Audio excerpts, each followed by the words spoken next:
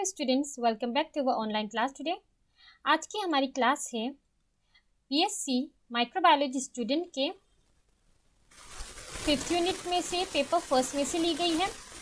ये बायोमैग्निफिकेशन का second part है। प्रीवियस वीडियो में हमने बायोमैग्निफिकेशन के बारे में पढ़ा था। जिन्होंने अभी तक बायोमैग्निफिकेशन का इंट्रोडक्शन नहीं पढ़ा हो तो सबसे पहले प्रीवियस वीडियो की लिंक डिस्क्रिप्शन बॉक्स में दी गई है, वहाँ से आप बायोमैग्निफिकेशन पढ़ लीजिए। उसके बाद ये वीडियो को कंटिन्यू कीजिए। Biomagnification causes and effects. Let me introduce myself, professor Rukaiya. तो चलिए आज की हम अपनी वीडियो को स्टार्ट करते हैं।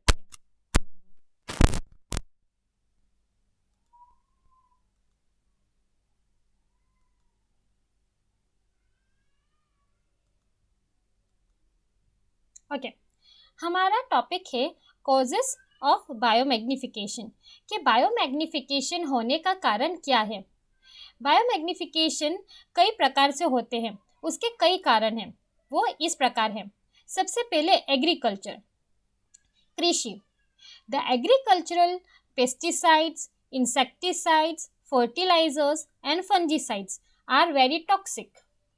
कृषि में पाए जाने वाले कृषि कीटनाशक, उर्वरक और कवकनाशक बहुत जहरीले होते हैं, बहुत ही घातक होते हैं and are release into the soil. और यह घातक पदार्थ सॉइल में रिलीज हो जाते हैं, मतलब छोड़ दिए जाते हैं। जैसे रिवर, लेक्स एंड सीज में भी यह पदार्थ पाए जाते हैं। This substance contain small amounts of heavy metals. इन पदार्थों में पारा, आर्सेनिक, कॉपर, लेड और कैडमियम जैसे भारी धातुओं की मात्रा कम होती है। This substance contain small amounts of heavy metals. इनमें बहुत ही कम मात्रा में हैवी मेटल्स होते हैं, जैसे कि mercury, arsenic, copper, lead and cadmium. These cause health issues in aquatic organisms and humans. लेकिन यह जो घातक हैवी मेटल्स है, जब किसी लिविंग ऑर्गेनिज्म में अक्यूमुलेट होना शुरू कर देते हैं, तब यह वहाँ पर एक्वाटिक में पाए जाने वाले लिविंग ऑर्गेनिज्म, जो मछलियाँ है, वेल्स है, उन सभी के लिए, मतलब जलीय जीवों के लिए और मनुष्य के लिए, दोनों के लिए हानिकारक होते हैं। फिर सेकंड कॉज ये है, सेकंड कारण क्या है बायोमैग्निफिकेशन का? ऑर्गेनिक कंटामिनेंट्स, ऑर्गेनिक संतूषक। अब ये जो manures are processed industrially and contain contaminants. अब जो मैन्यूअर्स बनते हैं वो बायो मैन्यूअर्स नहीं होते हैं। कुछ मैन्यूअर्स मतलब खाद, अब जब उसके बड़े पैमाने में हमें यूज़ करना है तो खाद को हम घर में, या मतलब जैसे किसान अपने छोटे गांव में बना लेते थे, ऐसा नहीं हो पाता है। अब बड़े अगर तादाद में ना हमें किसी कृषि का काम करना है तो इसीलिए मैन्योर मतलब खाद बड़े पैमाने पर बनाई जाती है।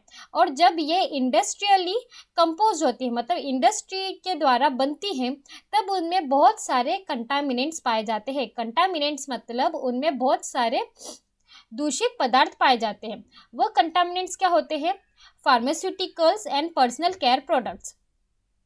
फार्मेसी और जो हम पर्सनल केयर में यूज़ करने वाले जो प्रोडक्ट्स होते हैं, वही कंटामिनेंट्स होते हैं मैन्योर्स के लिए। अब these substances have an adverse impact on the health of humans, animals and wildlife. ये सभी जो पदार्थ है, मतलब फार्मास्यूटिकल और पर्सनल केयर जो प्रोडक्ट है, इन सभी सब्सटेंस का हमारे लिविंग ऑर्गेनिज्म पर, मतलब चाहे किसी की भी हेल्थ हो, ह्यूमन हो मतलब मनुष्य हो, जानवर हो या अदर वाइल्ड लाइफ एनिमल्स हो, सभी पर यह खतरनाक प्रभाव डालते हैं।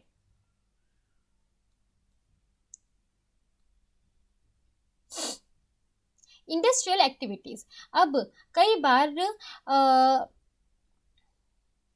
बार क्या होता है कि इंडस्ट्री में भी कुछ ऐसी कार्य किए जाते हैं जो बायोमैग्निफिकेशन के लिए कॉज होते हैं, मतलब जो बायोमैग्निफिकेशन के कारण बन जाते हैं। अब वो एक्टिविटीज़ क्या है? The industries and factories. जितनी भी इंडस्ट्री या फैक्ट्री में रिलीज करती है toxic substance which are release into the soil, lakes, oceans and rivers. हम ये सभी अच्छे से जानते हैं, आपने अपनी छोटी क्लासेस से ही पढ़ा है, 9th 10th 11th में ही पढ़ा है कि एनवायरनमेंट बहुत ज़्यादा इफेक्ट हो रहा है। जो हमारा पर्यावरण है बहुत ही ज़्यादा प्रदूषित हो रहा है, क्योंकि इंडस्ट्री से निकलने वाले जो हानिकारक पदार्थ होते हैं वह वो मिट्टी में या आसपास पाए जाने वाले तालाब में या ओशंस में या नदियों में इन्हें छोड़ दिया जाता है। The gases emission pollute the environment. और साथ ही साथ जो इंडस्ट्री में पाए जाने वाली चिमनियों से जब धुआं निकलता है वह धुआं भी हानिकारक है एनवायरमेंट के लिए, पर्यावरण के लिए, which enters into the food chain leading to biomagnification. ये जितने भी हानिकारक पदार्थ है, टॉक्सिक सब्सटेंस या तो धुआं, जो सल्फर डाइऑक्साइड भी हो सकता है, कार्बन डाइऑक्साइड भी हो सकता है भारी मात्रा में, ये सभी चीज़ें या आर्सेनिक, मर्क्यूरी या अलग अलग पदार्थों का वेपराइज्ड स्टेट में, मतलब गैसियस स्टेट में जो भी हानिकारक पदार्थ अगर हवा में भी घुल जाते हैं तब यह हानिकारक पदार्थ नीचे तो आएंगे ही, हवा के दबाव के साथ वो नीचे आते हैं और लिविंग ऑर्गेनिज्म के शरीर पर या शरीर के अंदर वो अक्यूमुलेट होना शुरू कर देते हैं। इस वजह से उन सभी में बायोमैग्निफिकेशन के इफेक्ट्स देखे जाते हैं। Mining activities in the ocean. अब हमारे यहाँ पर समुद्र में माइनिंग एक्टिविटीज़ होती है, मतलब वहाँ पर ये भी होता है कि महासागर में खनन गतिविधियाँ बहुत ज़्यादा होती है। अब mining activities are carried out in the deep sea to extract metal like zinc, aluminium, copper, silver and gold. महासागर में खनन गतिविधियां गहरे समुद्र में जिंक, एल्यूमिनियम, कोबाल्ट, चांदी और सोने जैसी धातु निकालने के लिए खनन गतिविधियों को इस्तेमाल किया जाता है। The mining process generates a large amount of selenium and sulphide. जो खनन प्रक्रिया होती है उसमें भारी मात्रा में सेलेनियम और सल्फाइड उत्पन्न होती है, which deposits in the water and destroy the oceans and coastal region। जो धीरे धीरे पानी में जमा होने लग जाती है और महासागरों में तटीय क्षेत्रों को नष्ट करना शुरू कर देती है। The level of toxicity is increase, जिसके कारण वहाँ पर पाए जाने वाले विषैले तत्व होते हैं वो बढ़ जाते हैं। The toxic substances are absorbed by the aquatic organism. जो खतरनाक टॉक्सिक सब्सटेंस है, विषैले तत्व है, वह एक्वाटिक ऑर्गेनिजम्स जो होते हैं, जलीय जीव जो होते हैं, उनमें धीरे धीरे वह अवशोषित होना शुरू हो जाते हैं, जिसके कारण aquatic organisms higher in the food chain. अब एक्वाटिक ऑर्गेनिज्म में अगर ये हानिकारक पदार्थ जमा होना शुरू हो जाएंगे तब इन एक्वाटिक ऑर्गेनिजम्स को जब कोई ह्यूमन खाएगा या कोई दूसरा बड़ा एनिमल खाएगा तो उनमें भी यह बायोमैग्निफिकेशन की मात्रा बढ़ती चली जाएगी। और इसके इफेक्ट्स हमने बायोमैग्निफिकेशन के कई जगह देखे हैं on living organisms and the environment. सबसे पहले तो हम ह्यूमन ही प्रदूषण के लिए जिम्मेदार है और ये फिर प्रदूषण हम ही पर ही वापस आता है। क्योंकि इम्पैक्ट ऑन ह्यूमन हेल्थ पर इस प्रकार से असर होता है बायोमैग्निफिकेशन का। Biomagnification makes human more available to cancer. जितने भी आप बीमारियां देख रहे हैं ये बायोमैग्निफिकेशन के वजह से भी हो रही है, जैसे कि कैंसर, किडनी प्रॉब्लम, लीवर का फेल हो जाना, बर्थ डिफेक्ट्स, मतलब बचपन से ही या जब बच्चे शिशु होते हैं तब से ही उनमें कुछ ना कुछ कमी होना, रेस्पिरेटरी डिसऑर्डर, सांस लेने में कठिनाई होना और हार्ट डिजीज, दिल की बीमारी, ये सभी किससे जुड़े हुए होते हैं? बायोमैग्निफिकेशन से। फिर effects on reproduction and development of marine creature. अब समुद्री प्राणियों के प्रजनन और विकास पर भी प्रभाव होता है, जैसे कि the toxic chemicals accumulate in the important organs of aquatic organisms that affect their reproduction and development process. अब ये जो विषैले रसायन होते हैं वो जलीय जीवों के महत्वपूर्ण अंगों में जमा हो जाते हैं, जो उनके प्रजनन और विकास प्रक्रियाओं को प्रभावित करते हैं, जैसे कि the shells of the eggs of the seabirds are very thin.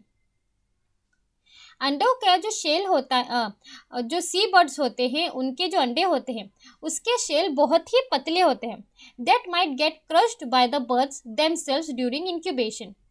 वो इतने पतले होते हैं, इतने नाजुक होते हैं कि उनके जो अंडे होते हैं वो जो अंडे के जो शेल होते हैं वो इतने नाजुक होते हैं कि जब बर्ड इंक्यूबेशन करने के दौरान बैठती है तभी टूट जाते हैं. The toxic chemicals mercury and selenium destroy the reproductive organs of aquatic creature. जिसके कारण जब अंडे में से जल्दी अगर सी बर्ड्स के बच्चे निकल आते हैं तब जो टॉक्सिक केमिकल्स वहाँ आसपास में पाए जाते हैं, जैसे कि मर्क्यूरी, सेलेनियम, ये उनके रिप्रोडक्टिव ऑर्गन्स को यानी कि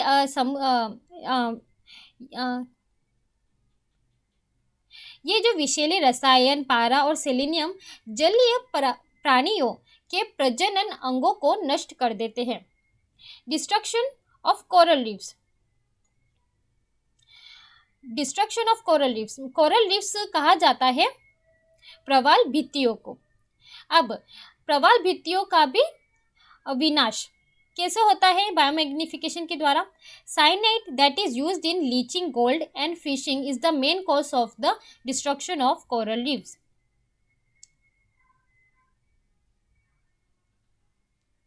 अब ये जो प्रवाल भित्तियां के विनाश का मुख्य कारण है क्या जो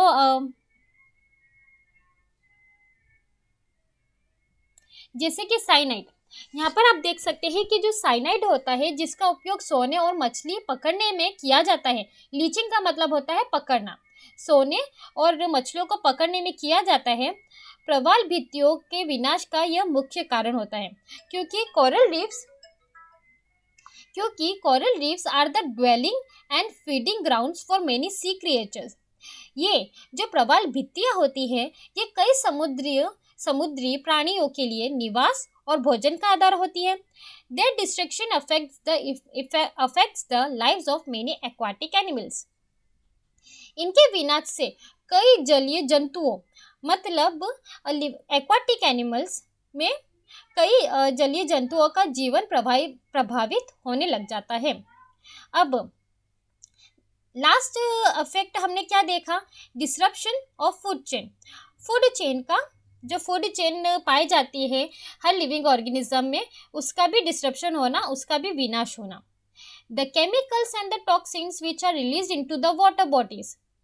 जितने भी पदार्थ और हानिकारक पदार्थ पानी वाटर बॉडीज यानी कि तालाब नदियाँ समुद्र में जब उन्हें बहाया जाता है तब वह बहुत ही ज़्यादा हानिकारक होती है फूड चेन के लिए.